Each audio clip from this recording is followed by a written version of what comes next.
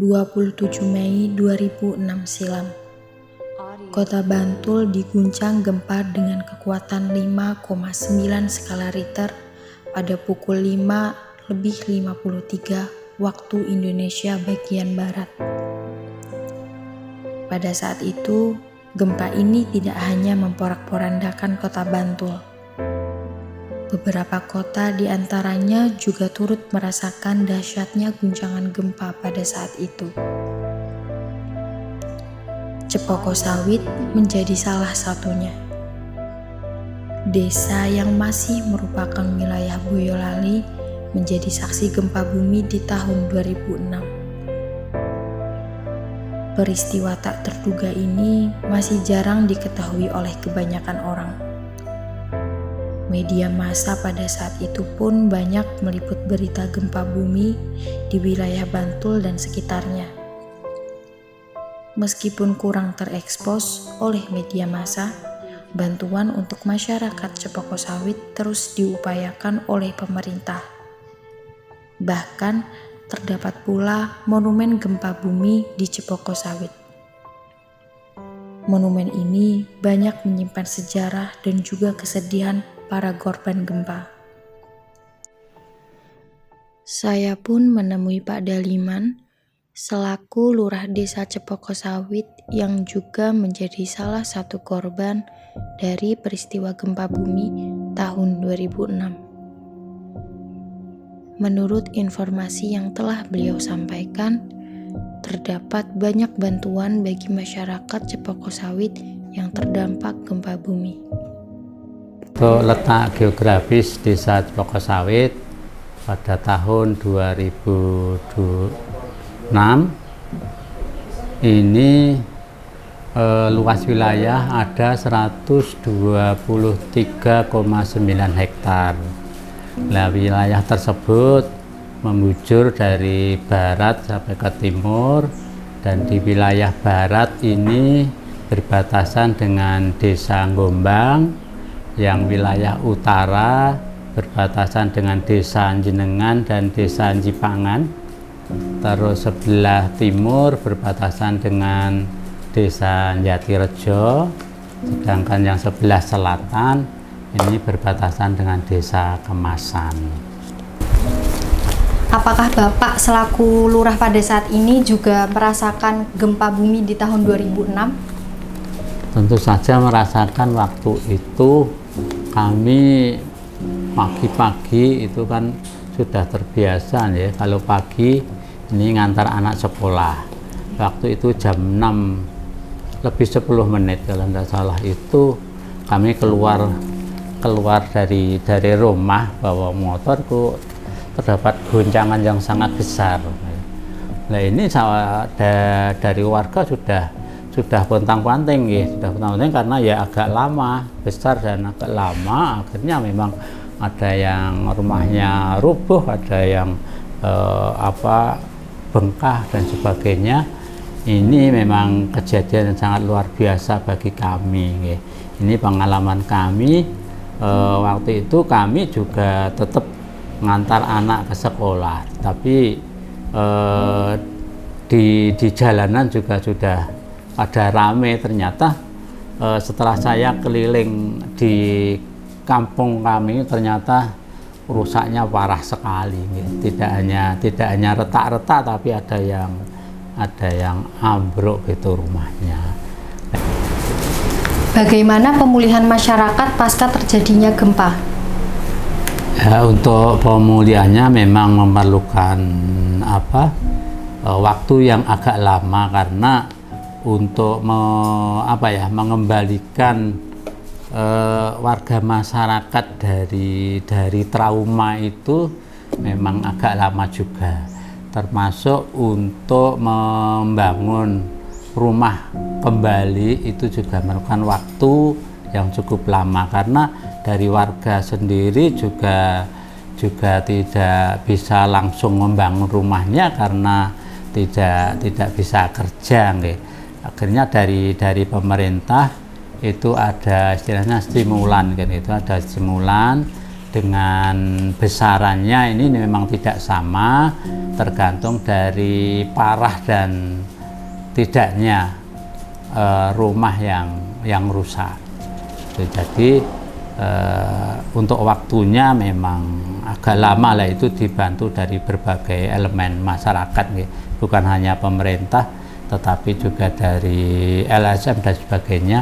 Ini membantu untuk pemulihan korban gempa di Desa Pokosawit.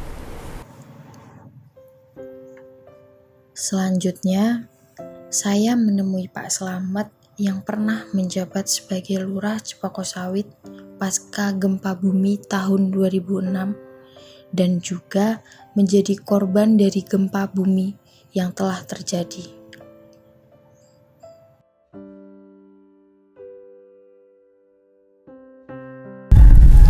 Apa yang dilakukan Bapak Slamet dan keluarga sebelum terjadinya gempa bumi?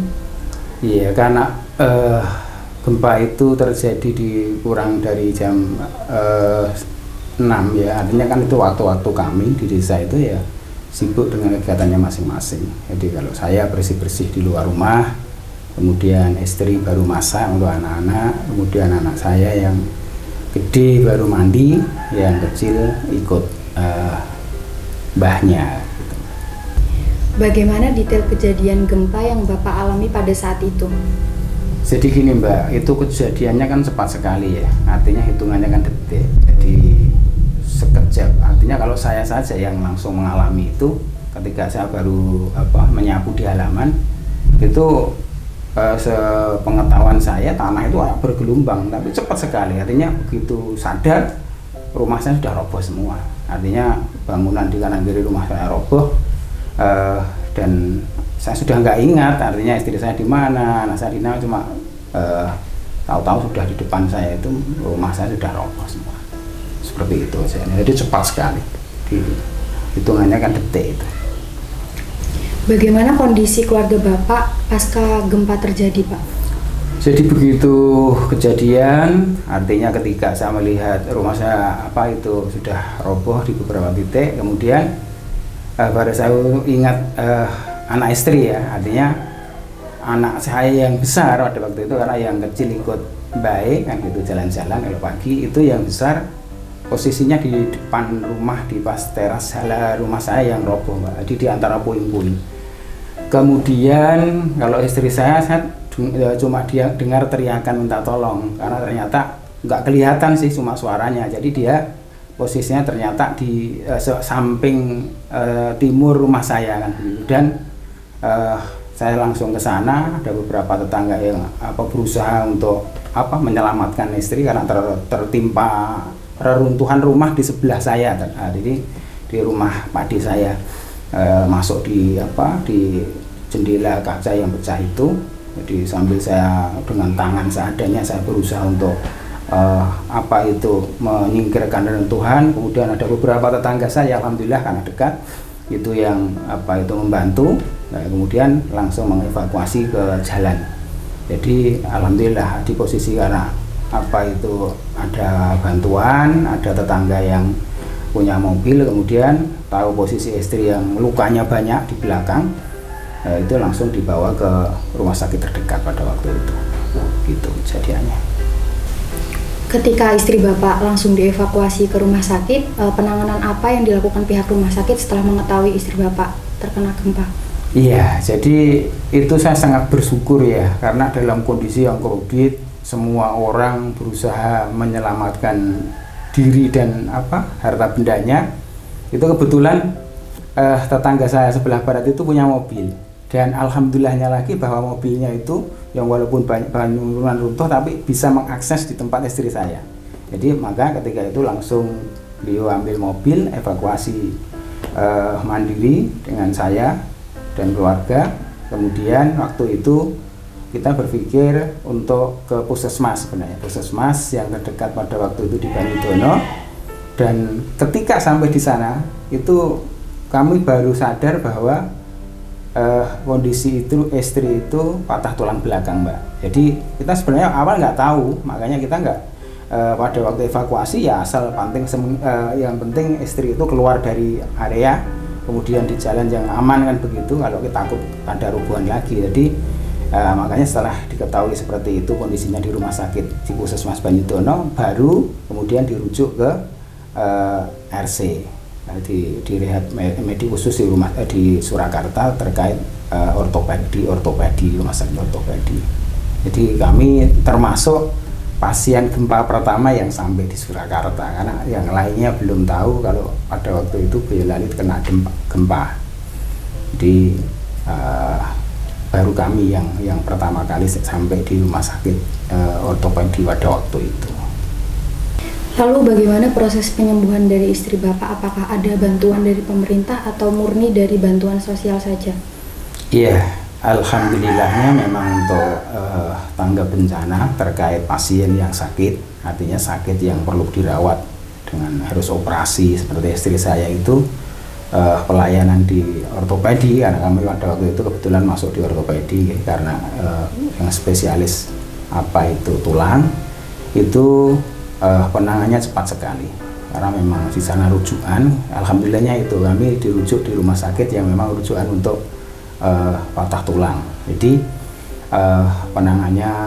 penanganannya bagus, kemudian juga di samping itu banyak donor yang masuk, Mbak. Jadi masuk itu terkait pendampingan psikologis untuk pasien, kemudian pendampingan untuk keluarga, kan begitu juga bantuan-bantuan yang macam-macam, Mbak, pada waktu itu, baik yang bentuknya langsung, maksudnya seperti nasi bungkus, kemudian perlengkapan untuk pasien, dan juga bantuan-bantuan, ada juga uang tunai dari lembaga-lembaga, karena kebetulan memang tadi kita diuntungkan bahwa rumah sakit rujukan kita itu ortopedi, yang itu adalah rumah sakit rujukan nasional, posisinya di tengah kota. Jadi banyak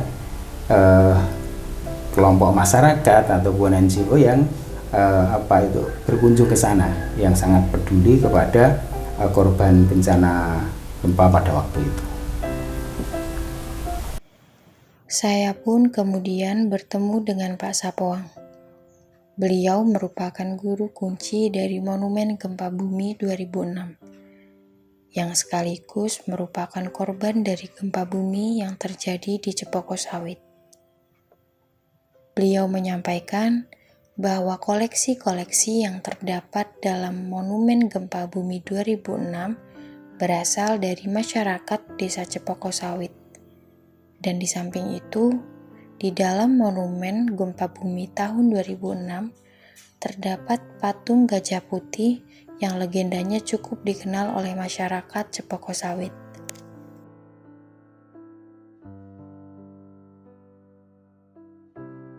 Ya, untuk sejarah monumen gempa ini, pertama-tama inisiator dari Bapak Sukoyo. Beliau seorang tokoh masyarakat dari istilahnya ini untuk desa Senden Cepoko Sawit, yang beliau merantau sebenarnya di Jakarta. Ya, untuk beliau juga mengetuai dari tokoh-tokoh masyarakat di sini sebagai inisiator juga, sehingga menjadikan suatu daerah khususnya di Cepoko Sawit ini untuk mengadakan istilahnya untuk mengingat kembali terjadinya dampak gempa 2006 yang ada di Jogja. Begitu, dan untuk itu beliau inisiator mengadakan atau membuat salah satunya ini monumen yang letaknya sebenarnya sebelumnya kita cari sebenarnya, dan untuk tanah ini sebenarnya itu tanah milik istilahnya dari pihak Purbakala yang di Prambanan gitu, dan akhirnya ditetapkan di sini sebagai mana untuk menjadikan salah satu untuk istilahnya ya kedepannya destinasi wisata Cepoko Sawit disatukan sama ini situs Gajah Putih begitu. Dan untuk selanjutnya Untuk proses pembangunannya dimulai untuk April 2016 begitu, dari dana istilahnya sukarela dari masyarakat Desa Cepokosawit dan dikuati dari Bank Mandiri begitu, sama tokoh-tokoh istilahnya anak pribumi yang berhasil merantau di Jakarta untuk dananya begitu. Untuk koleksi yang ada di sini, untuk khususnya di museum itu sebenarnya bantuan dari masyarakat yang kena dampak gempa 2006. Tapi untuk diambilnya baru tahap pembangunan 2016. Jadi untuk cuma sisa-sisa yang ada apa adanya istilahnya. Dan untuk lainnya misalnya ada ini sumur tua, bata tua, dan lainnya itu selain dari sisa puing gempa itu kita cari. Untuk lainnya juga ada untuk dokumentasi yang diambil pasca gempa 2000 pasca gempa itu 2006 itu yang kita ambil dari ini para untuk wartawan dari proses awal pembangunan sampai terjadinya 2 hari pasca gempa, itu dokumennya kita ambil, kita minta dan kita dokumentasikan di dalam. Dan untuk lain-lainnya saya rasa ini dari sisa-sisa ini bantuan masyarakat begitu.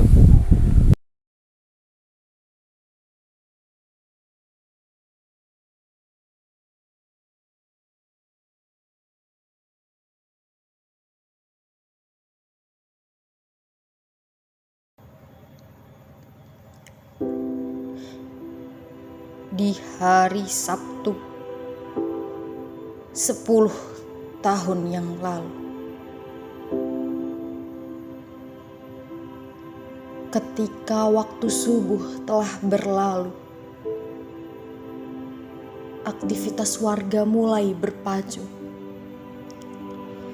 Langit mulai tampak membiru. Tiada tanda-tanda kan terjadi sesuatu.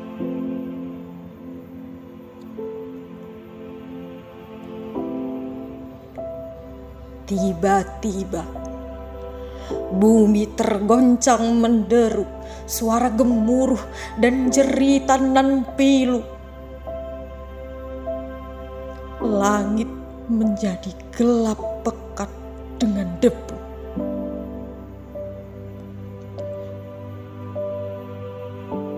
Walau begitu cepat berlalu, telah memporak-porandakan desaku. Bangunan rumah-rumah tersapu menjadi puing-puing yang penuh debu.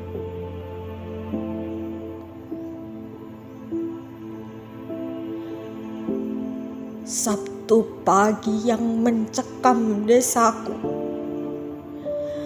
Ketakutan, kepanikan warga berpadu, tak sadar untuk berbuat sesuatu.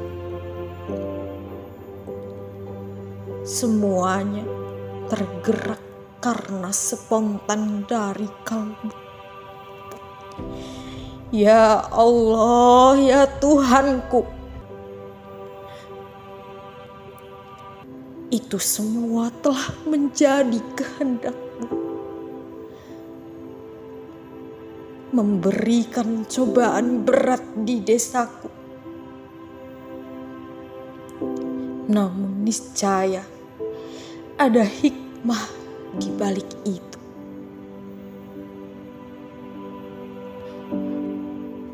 Warga bergerak bersatu padu, tak mengenal lelah dan lesu. Bantuan datang dari berbagai penjuru. Beramai-ramai membangun kembali desaku.